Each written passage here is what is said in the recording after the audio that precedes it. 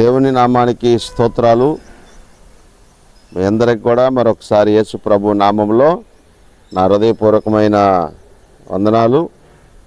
ఈరోజు మీ అందరితో ప్రభు మాట్లాడుతున్నాడు. ఈ శ్రేష్టమైన వాక్యాన్ని మీరు వినాలని మనస్ఫూర్తిగా చెప్తూ ఉన్నాను. మరి ఈ వీడియో చూస్తున్న మీ అందరికీ మరొకసారి యేసు ప్రభు నామంలో హృదయపూర్వకమైన వందనాలు చెల్లిస్తున్నాం.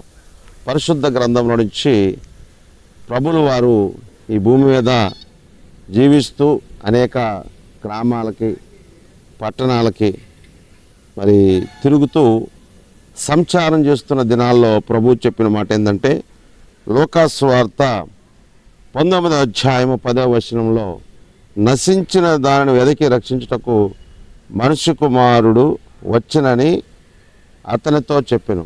అంటే నశించిన దానిని వెదికి రక్షించుటకు మనుష్య కుమారుడు వచ్చాడు.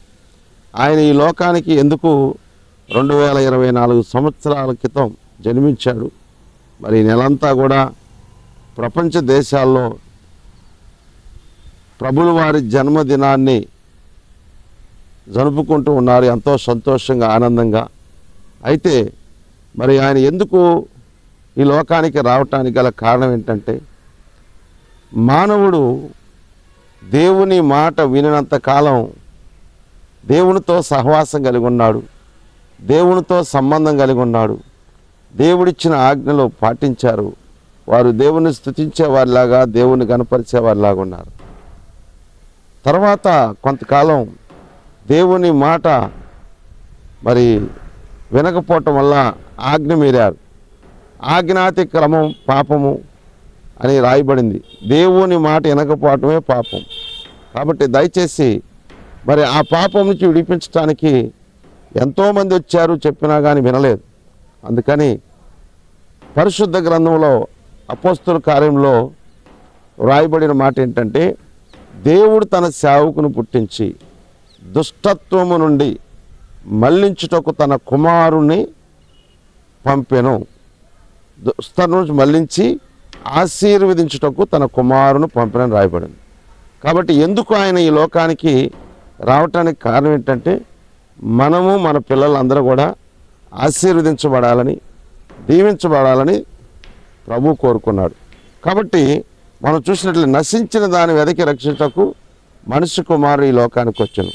అందుకనే ఒకసారి యేసు ప్రభుల వారు శిష్యులు వీళ్ళందరూ కలిసి మరి ఒక పడవలో వెళ్తూ ఉన్నారు. వెళుతున్న సమయంలో అనుకోకుండా అన్ఎక్స్పెక్టెడ్గా తుఫాన్ వచ్చింది.